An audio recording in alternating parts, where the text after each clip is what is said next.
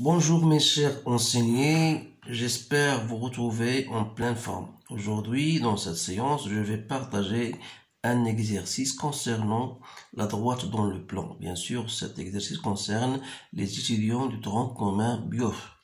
Alors, je vais relire, voilà, l'exercice est devant vous. Vous allez bien sûr le lire et le relire plusieurs fois pour bien comprendre les questions et vous allez répondre aux questions posées. Puis ensuite, vous allez comparer vos réponses avec les miennes. Donc, vous avez, le plan est rapporté à un repère orthonormé OIJ, soit les points A, B, C. Bien sûr, voilà, c'est leurs coordonnées. On considère la droite delta passant par A et le vecteur U égale à 2i moins j. Donc, la première question montrait que x plus 2y moins 2 est une équation cartésienne. Alors là, on va répondre question par question. Donc, premièrement, vous avez une droite. Voilà, c'est mieux de tracer. Vous avez une droite delta passant par un point A.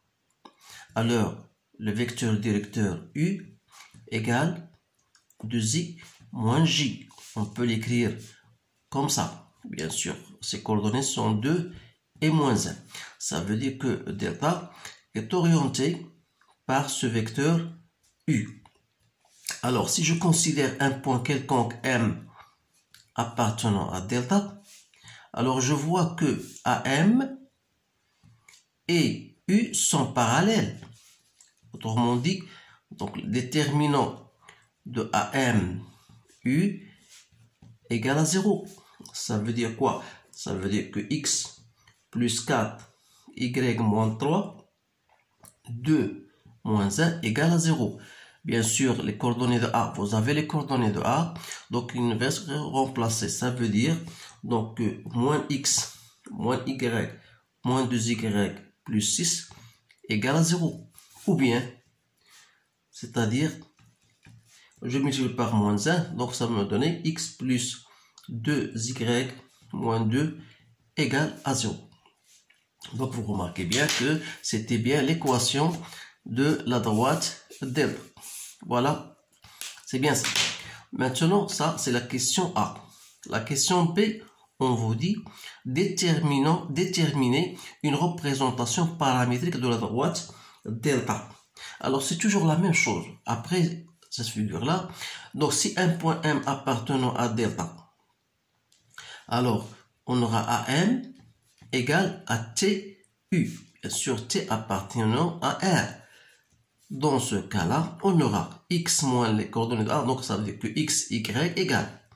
Les coordonnées de A, ce sont moins 4 et 3, donc il ne reste que plus T fois U. T fois U, ça veut dire 2T. Ici, on aura moins T. Donc ça, c'est la représentation paramétrique, bien sûr, de la droite delta.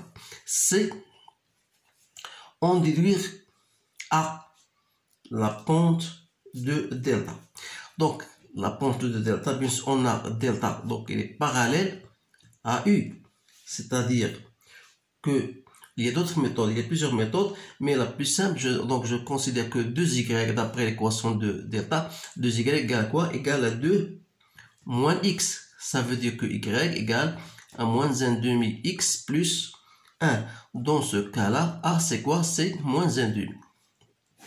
Voilà la réponse à cette question. On peut répondre à cette question par une autre méthode. Mais le plus simple, c'est celle-ci. Maintenant, la question D. On vous dit, voilà, montrer que le point d'intersection delta avec l'axe des abscisses est E. Alors là, pour vous bien éclaircir cela, voilà l'axe des abscisses. Voilà l'axe des ordonnées. Donc, si l'équation, par exemple, voilà la droite delta, donc voilà l'intersection avec l'axe des abscisses qu'on appelle E. Donc, si E appartient à cette intersection-là, ça veut dire que E aura une coordonnée, aura bien une abscisse X, mais Y sera égal à 0. Donc, voilà la première des choses à savoir. Donc, si E appartient à delta, ça veut dire qu'il doit vérifier, bien sûr, l'équation de delta. Ça veut dire quoi? Ça veut dire que x moins 2 égale à 0, d'où x égale à 2. Vous allez remplacer ça dans l'équation de la droite, delta, vous allez trouver x égale à 2. Donc, E c'est quoi? X c'est 2, y égale à 0. Donc, c'est bien ça.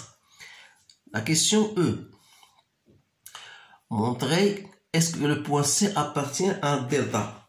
Dire que c'est de coordonnées 3, 2. Pour savoir s'il appartient ou non à delta, il suffit de remplacer, bien sûr, ces coordonnées dans l'équation de delta. Alors là, si je remplace, je dois trouver, voilà, 3 plus 2, y est 2, moins 2, égale à quoi? Égale à 5. Donc, c'est différent de 0. Ça veut dire que C n'appartient pas à delta. Ça veut dire qu'il ne vérifie pas l'équation de delta. Pour que C appartienne à delta, il doit vérifier l'équation de delta. Deuxième question. On veut dire soit la droite D, voilà, passant par le point B, et le vecteur V, c'est un vecteur unitaire. Donc V, c'est quoi? C'est I plus 2J. C'est-à-dire, je peux l'écrire comme étant, ces coordonnées, ce sont 1 et 2. Donc, la première question, c'est, voilà, déterminer une représentation paramétrique de la droite D. Donc, si je considère un point M appartenant à D, alors là, j'aurai BM égale à TV. C'est-à-dire, on aura X, Y égale. Les coordonnées de B sont moins 1 et 4. Plus TV, donc ça veut dire plus T fois 1, c'est T. Plus T fois 2, ça fait 2T. Voilà la représentation paramétrique, bien sûr, de la droite D. Ça, c'est la question A. La question B montre que le point d'intersection D avec l'axe des abscisses est F égale à moins 3, 0. De la même manière, puisque D appartient à l'axe des abscisses, ça veut dire qu'il aura une coordonnée suivant X, mais Y sera égal à 0. Alors, donc si D, bien sûr, on a dit que D appartient à la droite d'équation D. Ça veut dire qu'il doit vérifier la représentation paramétrique, c'est-à-dire moins 1 plus T, Y égale à 0, donc égal à 4 plus 2T. Ça veut dire quoi? Ça veut dire que T égale à moins 2 et X toujours égal à moins 1 plus T. Je vais remplacer T par sa valeur, donc ça me donne moins 3. Donc, bien sûr, D égale X, c'est moins 3, Y égale à 0. Voilà la réponse à cette question. Maintenant, troisième question. Montrer que les droites D et delta, voilà, montrer que les droites, question 3, montrer que les droites delta et D sous-coupe sont déterminées le point d'intersection. Alors, dire que deux droites delta et D et sous-coupe, ça veut dire quoi? Ça veut dire qu'ils ne sont pas parallèles. Alors, comme D, delta est représenté par le vecteur U et D est représenté par le vecteur V, on va chercher le déterminant de U, V, qui n'est autre que 2, moins 1, 1, 2. Ça me donne 4 plus 1, ça fait 5, donc il est différent de 0. Donc le déterminant est différent de 0, ça veut dire que donc U et V ne sont plus parallèles. Donc U et V ne sont plus parallèles, alors delta et D, bien sûr, ils se coupent. Voilà la réponse à cette question, c'est plus simple. Maintenant, question B. Question B, on veut dire montrer que le point d'intersection de delta et D est G. Ça veut dire, voilà, G de coordonnées moins 2, 2, et le point d'intersection de delta et D. Ça veut dire que ça égale à quoi? C'est-à-dire c'est l'intersection de delta avec D. Cela veut dire que G appartient à la fois à delta et G appartient aussi à D. Donc, il doit bien sûr il doit remplir bien sûr la condition de l'équation de delta, il doit remplir aussi l'équation de D. Mais on n'a pas l'équation cartésienne de D, donc on doit trouver l'équation cartésienne de D. Bien sûr, si je prends un point M appartenant à D, ça veut dire que BMV, le déterminant doit égaler à 0.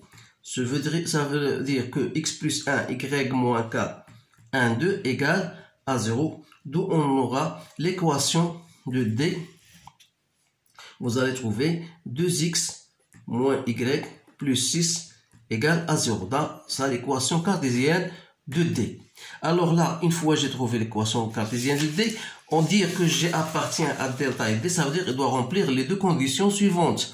La première condition, c'est que il va remplir l'équation x plus 2y moins 2 égale à 0, ça veut dire que x plus 2y égale à 2. Et 2x moins y plus 6 égale à 0, ça veut dire que 2x moins y égale à moins 6. Alors là, on a un système d'équations qu'il faut trouver x et y. Donc, pour se simplifier, on va multiplier le premier membre par 2. C'est-à-dire, on aura 2x plus 4y égale à 4. Et ça, je les laisse comme il est. Donc, on a l'équation 1 et l'équation 2.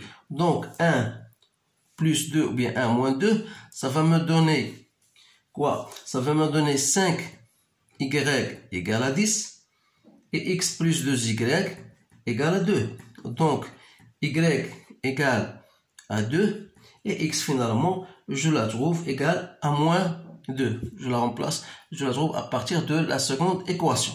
D'où G, c'est bien moins 2, 2. Voilà. Ce sont des questions simples, mais il faut bien savoir comment les traiter. Maintenant, je passe à la quatrième question. On veut dire petit a, voilà, petit a, déterminer les coordonnées des vecteurs G, E, G, F et E, F. Alors là, vous avez la méthode, vous mettez XE moins XG, YE moins YG. Donc, vous allez bien sûr trouver racine de 20 n'est autre que 2 racines de 5. La même chose, ici, vous faites votre application, vous ouvrez racine de 5, et là, vous allez trouver égal à 5. Pour la question B, vous trouvez le module cette fois-ci. Donc, module de GE, module de GF et EF. Donc, vous n'allez que faire le module, bien sûr, ça c'est le module, pardon. Je me suis trompé ici. Donc, ici, vous avez GE, pardon. Ici, je dois effacer tout ça. Je m'excuse. Donc, GE, vous allez trouver c'est 4 moins 2.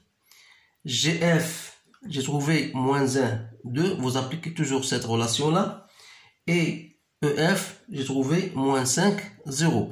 Alors là, GE n'est autre que le module de ça. Ça veut dire que le module de X, on dit XE moins XG au carré. C'est la définition. Plus YE moins Y de G au carré. Donc, vous allez remplacer. Ça va me donner 16 plus 4, ça fait 20. Donc, racine de 20, c'est 2 racines de 5. Alors, GF, vous allez trouver racine de 5. Ici, vous allez trouver 5. Alors, la question C, on vous dit, voilà, on déduire ou bien montrer que le triangle GF est rectangle en G. Donc, voilà, pour vous bien éclaircir les choses, voilà G. Donc, on vous dit le triangle GEF. Ça veut dire on doit trouver GE au carré plus GF au carré égale bien à EF au carré.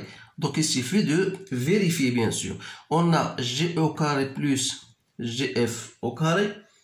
Vous allez trouver c'est 20 plus 5 égale à 25. Et EF au carré, c'est bien 25. Donc, c'est un triangle rectangle. Donc, GEF, c'est bien un triangle rectangle en G. On a bien répondu à la question. Maintenant, D. On déduit M la pente de la droite D sans déterminer l'équation réduite.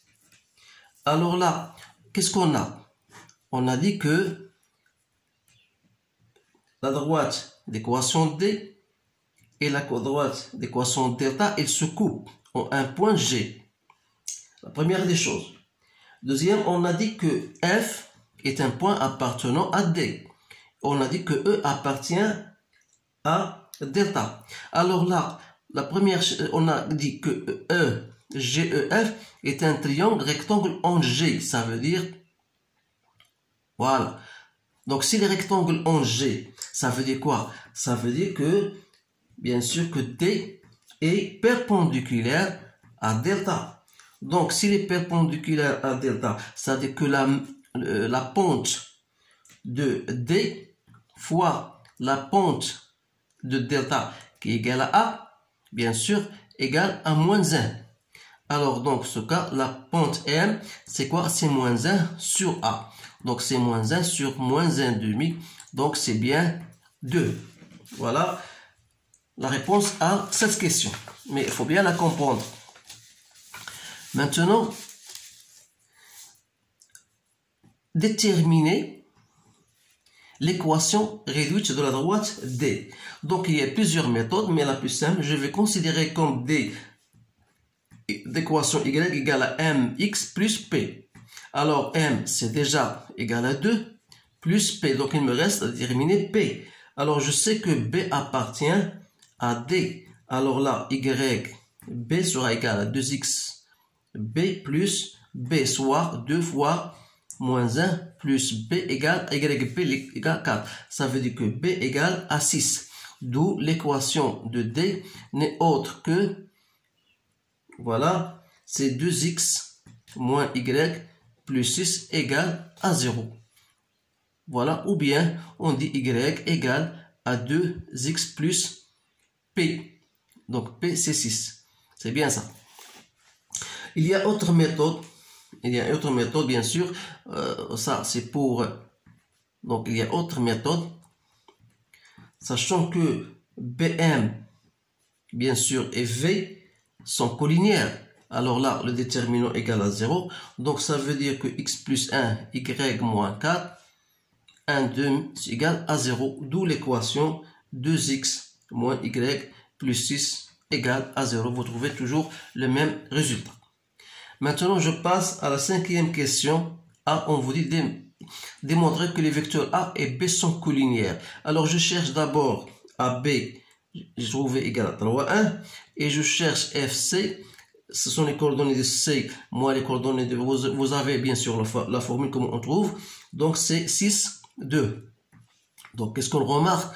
On remarque que AB, bien sûr, bien que FC, que 2AB égale à FC. Alors là, je dis que AB et FC sont collinières. Voilà la réponse à cette question.